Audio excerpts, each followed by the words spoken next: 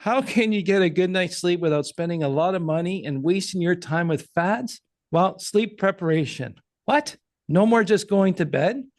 Well, Mollie Eastman is the creator of Sleep is a Skill and its companion podcast. After struggling with insomnia during international travel, she combined her background in behavioral change with her fascination for chronobiology to create a comprehensive resource for mastering the skill of sleep. She was here last week, and we want to talk to her about sleep preparation. Mollie, thanks again for joining us. Yes, thank you so much for having me. I'm excited to dive in on our part two. Yeah, and the last time we were talking, you're talking a lot about sleep preparation, and right now it's the big thing: blue light, no blue light, this chamomile tea, rub something on your temple. It's just so confusing. And what I like Yes. about what you do, it's very simple, scientific based, but at the same time open to the non-traditional ways of sleep Mm. therapy. So, when you said sleep preparation is probably the most important thing, why is it so? And what can we do about it? And why is it important? Ah, well, so well said. So number one of the reasons that we point to this, preparation can be said in the most simple and kind of common sense way. How we can think about this is that great sleep starts in your day. So to have great nights, we want to win the days, and not just from a experiential perspective, but from a biological, hardwired perspective. So if you are just thinking about your sleep the minute, you start getting into bed and pulling back the covers, you're too late. You're really too Right. late. So just get comfortable. The night's going to go however the night's going to go because now it's really a matter of the next day. And so what we know, what's emerging with sleep sciences is that the sleep that you're going to get tonight is dependent upon how you began your day from the moment you woke up. And it also layers on days previous too. So sleep is really, and our bodies are really fascinating in that it will go after the type of sleep that it needs. It will go after what it's maybe been deprived of or just what it needs to pull for. And part of this game of how to get sufficient and optimal sleep in our modern society is really lending itself for us to look back in history of how we used to manage things just sort of naturally. Because if you were to get in a time machine, go back in history to hunter-gatherer days, it would be harder, we would imagine, to make this argument that sleep is a skill then, because then we were doing so many of these things I'm talking about because we lived within nature. We lived within these rhythms of the day and the night cycles. So when it And was so, dark, it was dark. Didn't flick a light exactly. switch. Right. Exactly. And then we didn't have all of these other things that we now know act as time givers that are giving confusing signals because the body desperately wants to be on time. And when the body is not on time, a lot of things go awry. And what I mean by that is that in virtually every cell and organ in our body, you can picture them as like little clocks. Like at some point, I think Mm-hmm. I want to do a children's book or something that just shows a tons of little clocks that make up a person, right? And they are kept on time. All those clocks are kept on time by our master clock in our brain, our super chiasmatic nucleus. Mm. And heart rate, it's a lot of words. You can call it the SCN. And the SCN is the master conductor of all these clocks. Right. And part of why we know light dark cycles are so important is even just proximity of the fact that the SCN is found right next to the eyes. And since the eyes are really an extension of the brain, Huberman's done a great job of Mm-hmm. helping to popularize and make this clear for people. Since the eyes are an extension of the brain, then that eye piece is then connected to that master conductor. So when the presence of bright light is very clear, there's an understanding or millions of years of evolution to say bright light equals day, and then there's millions of years of evolution to say that darkness equals night. And there's certain things that we would be doing differently from a biological perspective that has to equal up. Not only that light dark piece, but then there's other time givers as well that we can touch on. So, temperature timing, I think we talked a little bit Yep. about that last Yeah, time. we did. Meal timing, a huge, huge one. So, that one's really important. And so, if you're eating late into the night, you can promise you that your sleep is not going to be as good as it could be. Notice Um, that. Right? Yes. Oura Ring, Whoop, Yeah. Five Star, all those can help us get that message really clear for ourselves. Then our exercise timing, if we are really just sedentary or if we're moving at the wrong times of day, if we're kind of amping up the heart rate at times we don't want to be doing that. That's something to be aware of. It just sends the differing signals that we're looking to send. And then things like drug timing, so chronopharmacology, and that can look like, and certainly in the case of ADHD, it's something for us to be aware of things like, Adderalls or Mhm. things that are really we want to be aware of for to support some of The our symptoms. stimulants, the stimulant Yeah. medications. Yep. Yeah, but what could that be doing for sleep if kind of not aware of what times we're taking them and the impact and the sensitivity and the dosage and all that. But moreover, certainly THC, alcohol, supplements, our other prescription Yeah. medications. Now in our modern society, a lot of in vogue, more plant medicines and other things, all of which can be impacting sleep. And then one that's a little more kind of harder to measure, but very, very obvious when it comes to sleep is thought timing and the types of thoughts that we're having. Actually, we have research to support that they're very different by day than at night. And so we want to help kind of corral the right types of thoughts at the right times, if that makes, and Hmm. I sort of happy to expand on that if need be. But that's kind of an overarching landscape of some of the reasons why we need to look at the days to support our nights. And lastly, the last thing I'll say about that, I know this is a long-winded answer, but it's really important for us to get that so much of our modern society has had us kind of divorced from these ways that we used to live that kind of just made these things happen naturally.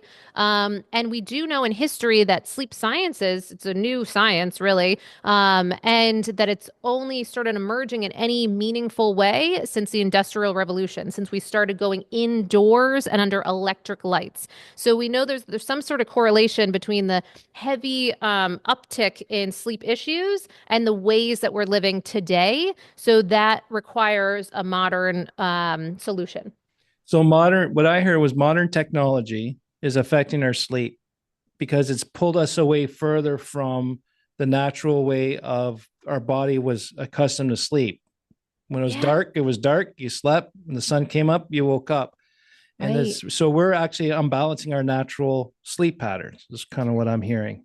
Exactly. And part of this too is like it at first glance, these are advancements, like well, now we have indoor heating, Hmm. cooling systems, we have indoor plumbing, we have all these things that have kept us inside and very comfortable. But there's a great book called The Comfort Crisis that points to the more comfortable we become, the more that this might be impacting our biology more than we realize. So there are problems with the fact that most of us are indoors well over 90% of the day, if not Yep. dramatically more. And as a result, we're often in environments that are set to like 70, 72 degrees all day, every day. So that completely takes away one really important Screws up your cue. temperature timing. Exactly, because it should be a dramatic high Yeah. amplitude shift, and we're not getting that.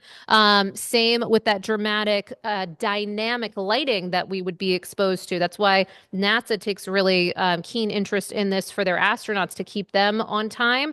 They Yeah. make sure that they institute a very clear dynamic lighting situation versus static lighting. And static lighting is what most of us are under by day and night. So you have your same, whatever, 60-watt light bulb that you use by day, that you use by night and not much different. And we wouldn't think that that would be that big of a deal, but it turns out it really is. Okay. So modern society, technology is screwing up our sleep. So that's not moving anywhere soon. Yes. So today we're talking about sleep preparation. So what can we do to prepare for sleep that sets us up for good night's rest in Yeah. today's modern society? Because I think this is more of a mental shift and a habitual shift. Yeah. Yep. Exactly. So the first thing you can do when you first wake up is make sure that you're waking up at the same time, around the same time every single day. And people will often say to me, "Oh, I'm pretty good with this, no big deal." But then when I look at their stats, it often shows another story. Or maybe they are good for 4 or 5 days a week, and then the weekends come, and then, well, I slept in a little on the weekend. What's the big deal? But it turns out that as we have too much variability on our sleep-wake timing, that throws off our hormones, and two important hormones for sleep are cortisol and melatonin. And so now you don't have a strong pulse, a circadian cortisol and melatonin pulse. And you want those pulsing at around the same times every day so that you really don't even have to think about this. You don't need a really alarm and just kind of wake up at around the same time. So first off, establishing what is that consistent time for you that you can maintain, and aim to make sure that the what you can live with and what you can step into is paramount, because I do see often people come in with like morality issues or ethical issues in their brain where they'll say, well, I know go-getters or CEOs or something get up at 4 a.m., 5 a.m., but it doesn't at all jive with their lifestyle, maybe some of their Fads. natural tendencies, right? And so now they're setting themselves up for maybe a couple days of the week they strong, like white knuckle it, and they get up at those times, and then other times then they're just like caving and sleeping in. We don't want that. So just select the time that can make sense in your lifestyle. Now, does that mean that there's not implications if you're starting to wake up at 12 p.m. every day? Listen, I work with a lot of high stakes poker players, so I see all kinds of crazy sleep schedules. And I would say we know that tethering to the rhythms of nature as much as you can, we do seem to see that that can certainly make a difference in a number of areas of life. But if we're talking, there might be very clear differences for some people that they are better suited for like a 7 a.m. wake up versus a 4 a.m. wake up.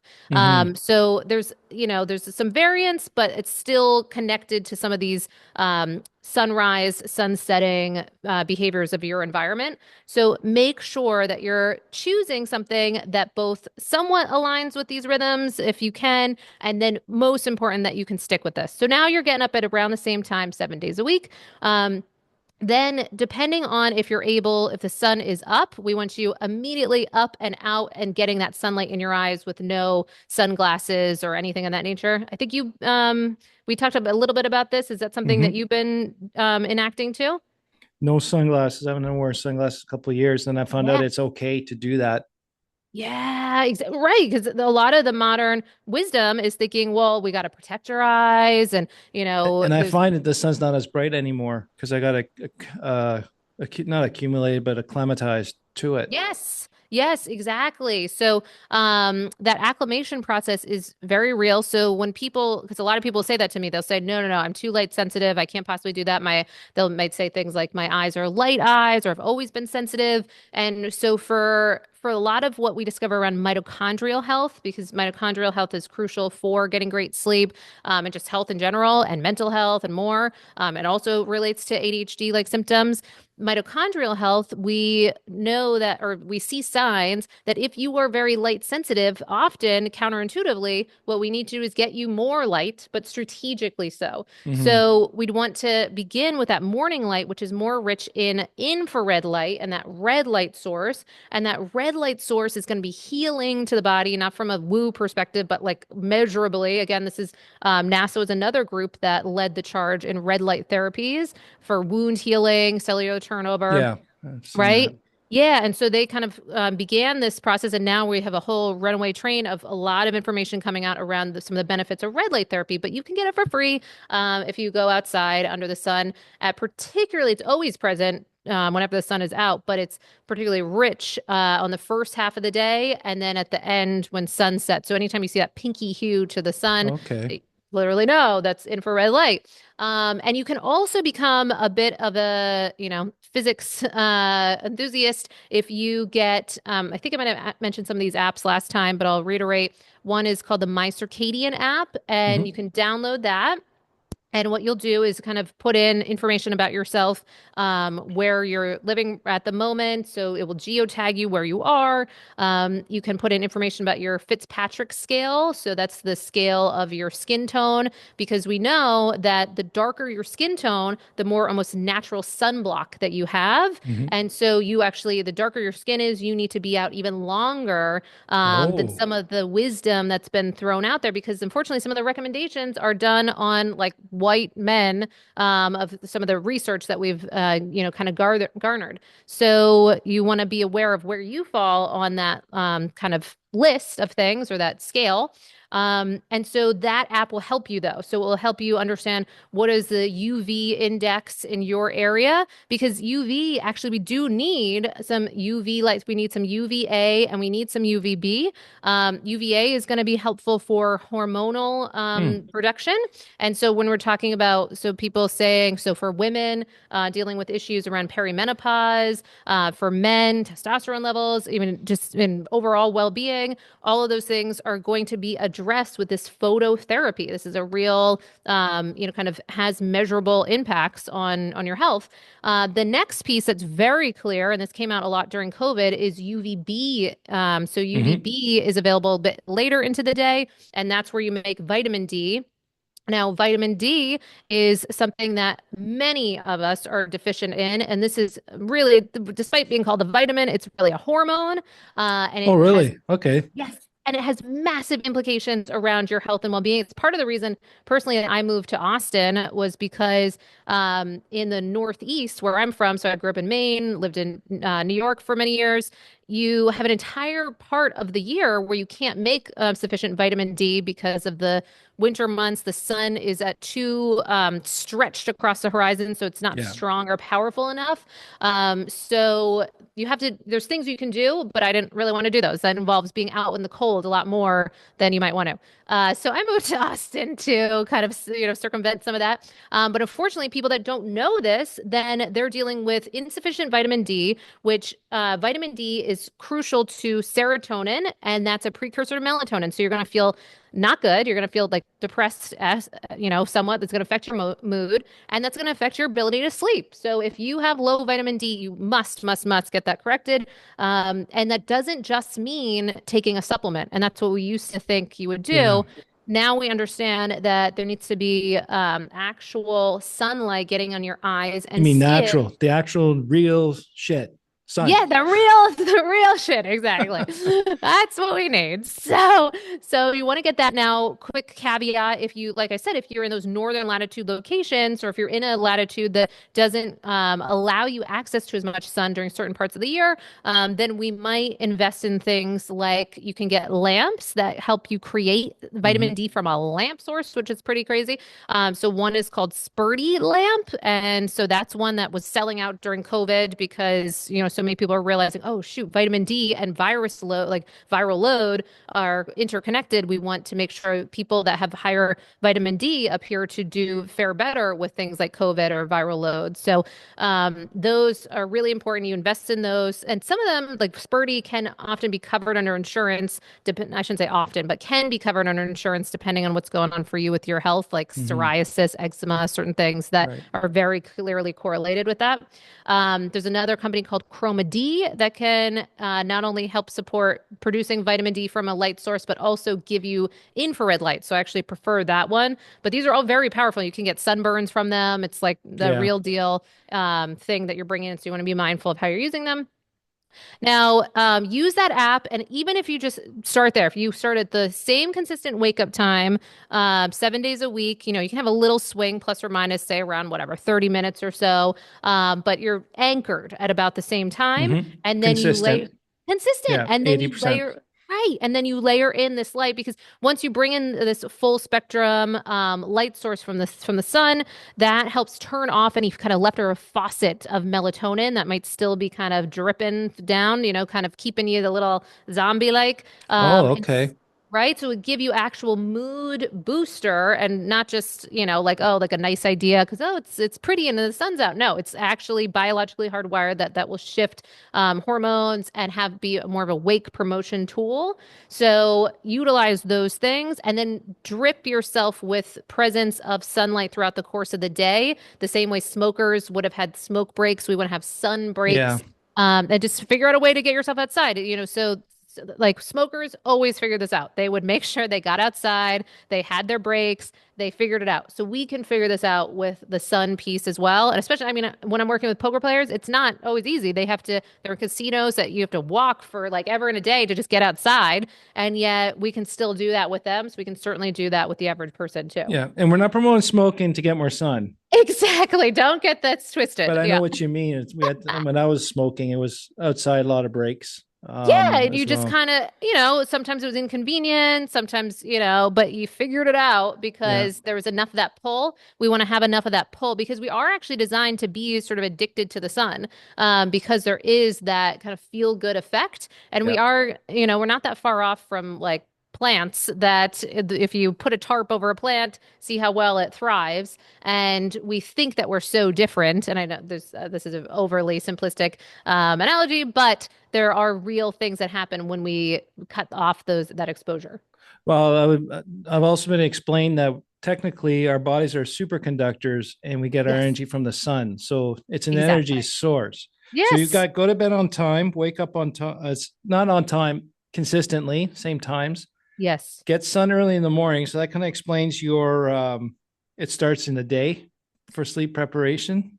Exactly. Well, and so then if you're splitting up your day into two clear parts of bright light and darkness, then a lot of this starts to kind of handle itself. So, meaning if one of the next big ones is when we're eating and what we're eating, that we're trying to front load our caloric intake to happen when the sun is out, and that we're starting to turn off our caloric intake when the sun has set. Mhm. Now, most people are not doing this. And especially during winter months when the sun is setting, 4:35 or what have you, a lot of eating is happening when it's dark out. And we know that this impacts things like your melatonin production. We had an expert on the podcast, Dr. Sachin Panda out of the Salk Institute, decades of research in this area, wrote a book called Circadian Code. And one of the things he found was that it appears that when the pancreas is turned on, that melatonin production is impacted negatively. So that is happening when we're digesting. And it's just Yeah. one fallout, right? Also, your body temperature goes up when you are digesting. And your Um, heart rate. and exactly. And then you totally see this on wearables. Wearables are really Yeah. helping to tell this story because you can imagine, you can reliably see a jump up in heart rate, a hit in your HRV, a hit in your respiratory rate. So, meaning that it's going up consistently. And then, of course, temperature going up too. So, all those signs of the nervous system being a bit impacted while we're doing something that we want to facilitate total, as much rest and relaxation as possible, which is sleeping. Nice. So, any other things we can do to prepare? Like one thing I think we covered is before bed. I think we have, Yeah. based on modern society, we got too much light before bed. Exactly. So if we are breaking down, so again, as diurnal creatures, so we're diurnal creatures, meaning that we're meant to be active by day and at rest at night. And so if at rest at night piece, if that also is cued by the presence of darkness, so then it's dark outside. You'd want everything that's happening outside to try to be mimicking what's happening indoors.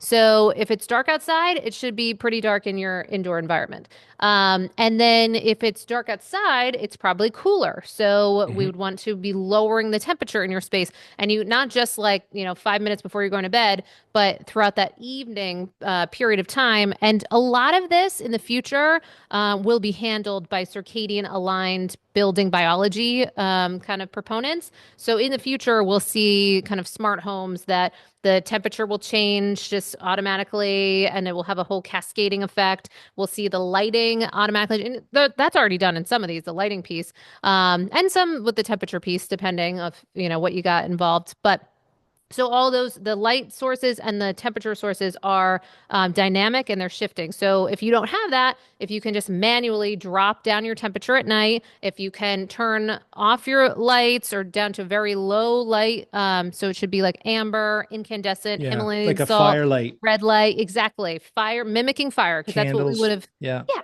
we would have been exposed to that in nature.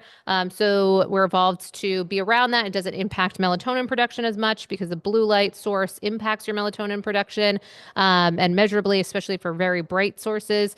So you want to have that lighting covered, the temperature covered. We're bringing the meal piece. So now you're fasting more in the evenings and you're ensuring. So if you want to check any of this, you can wear a continuous glucose monitor and see what's going on with your blood sugar because very commonly when we have sleep issues, then we often see our blood sugar kind of up, down, Yeah. all around. We're also seeing more of this too post-COVID. So this happened for me actually last year where I'd gotten COVID and then my blood sugar went all out of whack.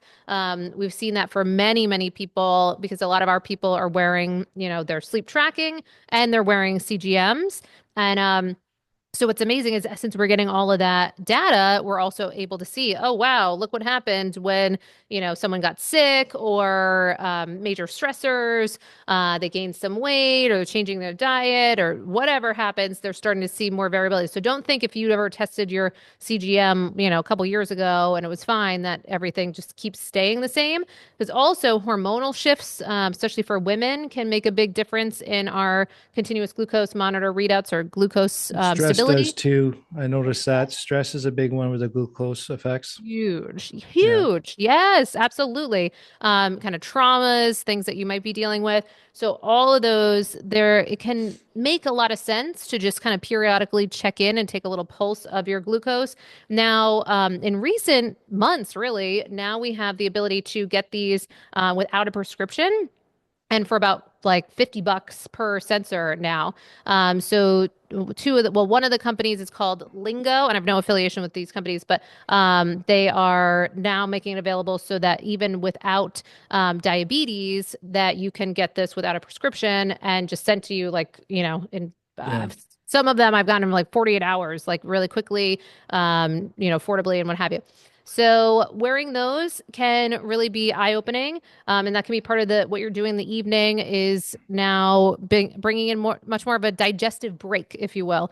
So you're not eating, maybe sipping on some tea or something to get I through think the for evening. majority of people, that digestion part is probably our biggest factor with Huge. improper rest and poor preparation. Yeah, huge. Because also there tends to be this kind of spillover snowball effect. Because now you're Yeah. eating, maybe you're watching a show, maybe you're like a little stressed out, maybe you're scrolling on whatever, and the type of content that's coming in affects that thought timing paradigm that I was mentioning. Hmm. And now you're not getting those same cues. So now you're not getting sufficient melatonin production. And melatonin is really, talk about preparation, it's a preparation hormone. So meaning it prepares you for sleep and it sets the stage. So it helps lower your body temperature. It helps lower your heart rate. It helps just kind of signal, all right, we're going to be winding down. That's the So melatonin, right? that's that Yeah. melatonin Yeah. production. And then, of course, once you're sleeping, then it's helping to facilitate that deep sleep, that keeping you asleep. Hmm. So, those of us, because so many people struggle with wake ups, it's one of the most kind of requested, or the reason that so many people come our way is because they're so annoyed with wake ups. I'd say that's one Yeah. of the top things. Yeah. So, So with the stuff that you just explained for preparation, yep. most of us, especially in today's modern society, we're impatient. Yeah, So how exactly. long would, if I start implementing these today and being a little more rigid and starting to go on time to bed on time, watching my timing for eating, temperature, lights, getting sun, how quickly can my sleep turn around? Are we talking a few Yep. days, a few weeks, a couple months? Do we just need patience to get the system rolling?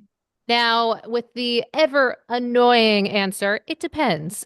And so, to give you the old it depends very greatly because we don't know for each individual what we're dealing with, especially if we're just boiling this down to mitochondrial health. Mm-hmm. Some people, their mitochondria, so I have some athletes that come my way, and we are able to just do a couple tweaks. And I'm talking like a few days to a few weeks that we're starting to see really measurable shifts because they're in pretty, like if you think of mitochondrial health as like a brand new car or something, the Yeah. engines are revved, like we've got all this available energy and we just got to tweak a few habits, behaviors, and we're off to the races. Then I've got people coming in. They're diabetic. They're, barely moving. Everything, every initiative that we're bringing in is like a major life change for them.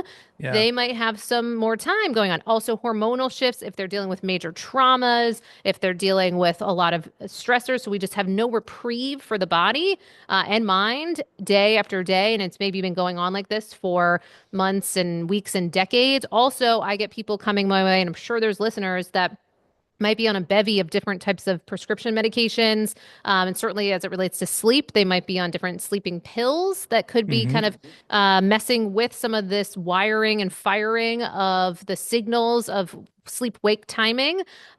So there's quite a spectrum there. So if we, so to kind of boil it all down, what I can say is, one, we can strengthen and train the circadian rhythm in a fairly relatively short period of time for many individuals. And what's the evidence of that? One is if you go travel and you jump and drop or kind of go to another location that's almost the exact opposite time zone. So examples, you go maybe from like, I don't know, New York to Hong Kong, and you're on almost like the exact different schedule.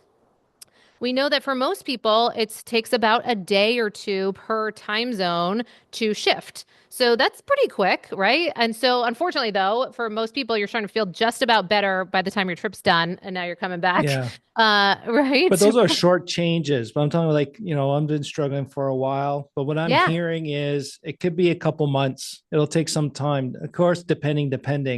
I think for the average person, we're probably looking at a couple months. So my point is, like, I want them to just give it time to see it. But the trick is going to be to maintain it afterwards, right? That's the thing, because so much of what we're talking about is about consistency and consistency in the things that are kind of boring, not so fun. And everybody wants, like, well, just tell me the newfangled pill or Well, yeah. gadget. Right. And, there are things that you could invest in to support. So you're wearing the Oura ring that can kind of help for the average person, especially if they haven't used anything like that, to kind of get in the game of this. Now, there are caveats and times when that might not be appropriate. If someone's dealing with major insomnia, they've got anxiety through the roof, panic, whatever, that might not be the time to bring in some of those things. But if you're sleeping and you're just looking to optimize, then bringing in some of that wearable tech can be something that can make a difference, because you can start to then reverse engineer and see some of your habits and behaviors. Yeah. Then things like the 8 sleep or chilly sleep, any of those that can help with the cooling mattress toppers or even your bed itself, if you're like a sleep number or what have you, those can be helpful for the temperature side of things. There's new conversation around things like the Somni. So Dr. Matthew Walker, who wrote Why We Sleep, is on the science advisory board for a company named Somni. And what they're aiming to do is use transcranial electric stimulation to help support kind of winding down the brain at night. PMF is one that some people might use for sleep support. So I have a mat I use every night called the Line Mat. There's different PMF mats, but these are different things that might provide some kind of that wind down piece. Some people use things like hyperbaric oxygen chambers. Yeah, so there's lots of stuff out there that can engage the natural cycle of sleeping. Exactly. Lots of stuff out there, but most of it is free and behavioral. That's going to make the big difference. That's the big thing. That's what I got out of this. It's like, great sleep starts at the beginning in the day or the previous day.